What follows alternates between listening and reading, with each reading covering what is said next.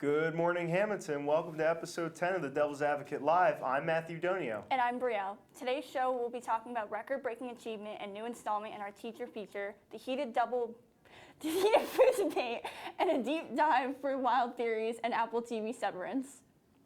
Let's kick things off with some history-making news. Senior Luca Giagunto has shattered a school wrestling record, proving once again that hard work and dedication pay off.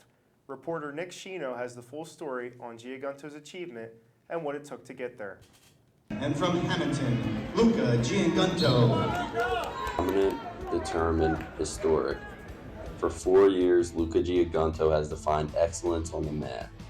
A 3-time district champion, 4-time region place winner, and 2-time state qualifier, Luca has built a legacy of greatness. He cemented his name among the school's all-time best at the District 31 individual tournament in February. It was a district final. I was definitely nervous because of the build-up to this moment.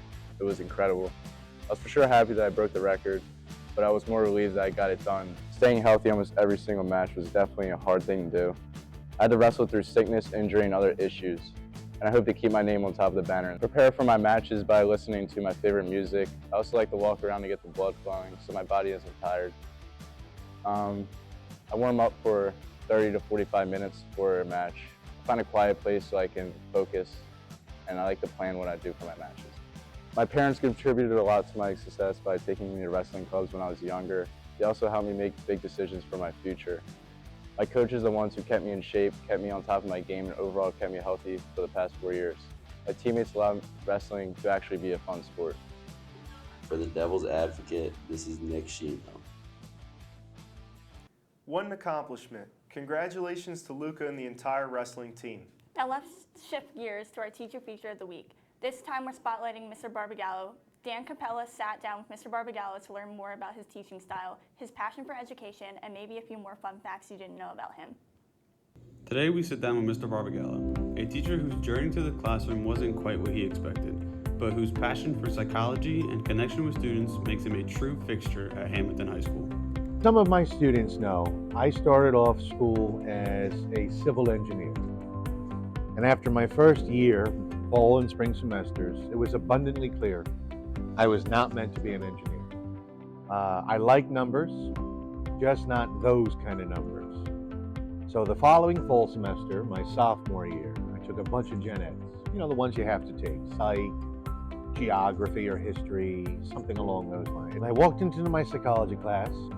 I took my introduction to psychology class, and she made me fall in love with her. I took her for another 8-10 classes after that. After finding his passion for psychology, Mr. Barbagallo's path brought him back to Hamilton High School. But it wasn't until he was subbing here that a key conversation would lead to a whole new chapter in his teaching career. My senior year of college, I was making a couple bucks like anyone else does, and I was substitute teaching at Hamilton. And the building principal at the time, Mr. Donahue, said that they were interested in hopefully creating a psychology program. He realized that I was finishing up my degree in psychology, and he asked me if I wanted to take on the task of creating the psychology program for Hamilton. I said I would absolutely love to. I had no idea what it was like to be a teacher, but I know that I loved psychology, and I could more or less figure out the rest along the way. Mr. Barbagallo, teaching isn't just about imparting knowledge, it's about fostering and understanding and empathy. He wants his students to walk away with something that extends far beyond the walls of the classroom. At its core, there is a sense of empathy that you can take away, that yes, we are all different, and at the same time, there are plenty of behaviors that connect us between whether it winds up being, say, wealth, socioeconomic status, education, friendships, and at its core, a feeling of belongingness. Like I believe that I fit into this school or my sports team or my home, or whatever the case winds up being. It's not just the students in his classroom that Mr. Barbagallo connects with. His love for the community of Hamilton is deeply ingrained in his work. For him, it's about the relationships he's been able to build with students and families here. Hamilton is, 2.5, 3 times the size that it was.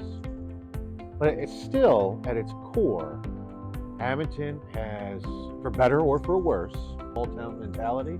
But at the school, it forces the school to have a tightly knit community. And I think one of the things that still has continued on from when I went through school, everyone knew everyone in the graduating class.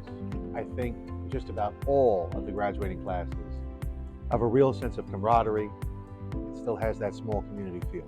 From civil engineering to psychology, Mr. Barbagallo's journey proves that sometimes the path you start on isn't the one you're meant to follow. And today he's making a lasting impact on students, not just by teaching psychology, but by helping them understand each other and themselves on a deeper level.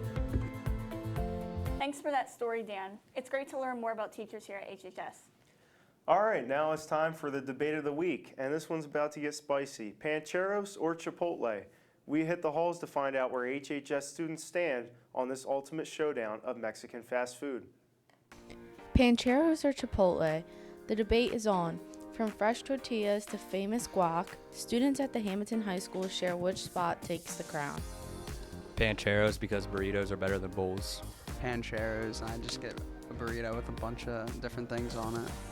Me personally, I like Pancheros better. The burritos are amazing. I usually go to Chipotle because the food's better, and I get the bowl, always chicken, and it's the best. Pancheros because of the burritos, bro. It's way better than Chipotle. What did you get? Chipotle and a burrito bowl. Pancheros, burritos over bowls. Chipotle, a burrito. All right, we're going Pancheros. I'm gonna get a double steak bowl, lettuce, cheese, vegetables, all the basics, sour cream, extra sour cream. I think we'll call it that.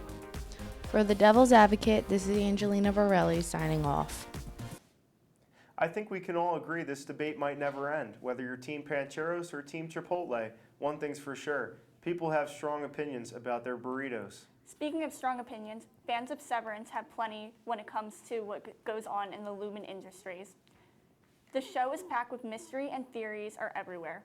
We gathered some of the best Severance fans' theories floating around the both teachers and students. Apple TV's new series, Severance, are buzzing with theories. The show, which just surpassed Ted Lasso as the #1 stream hit, involves a procedure named severance, in which a person's mind is split in between their work self and their personal self.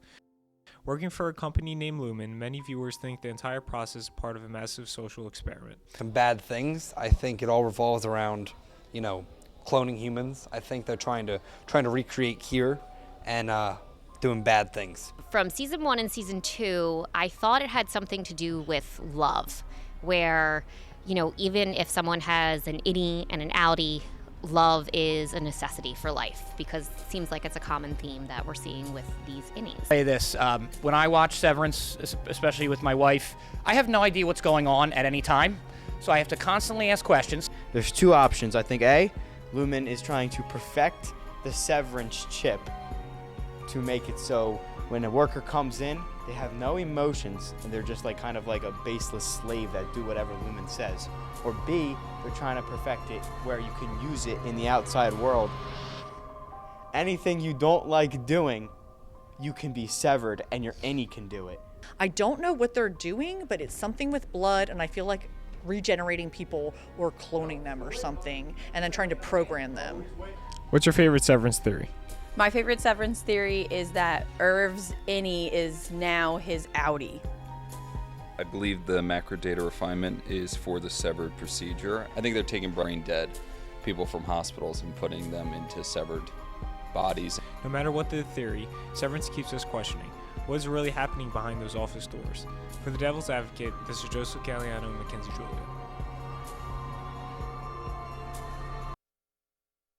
Who knows, maybe one of them will turn out to be true.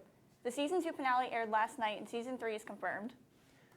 That wraps up this episode of the Devil's Advocate Live. Thanks for joining us. Be sure to follow us for more HHS news, and we'll see you next time. Stay safe, stay informed, and as always, go Devils.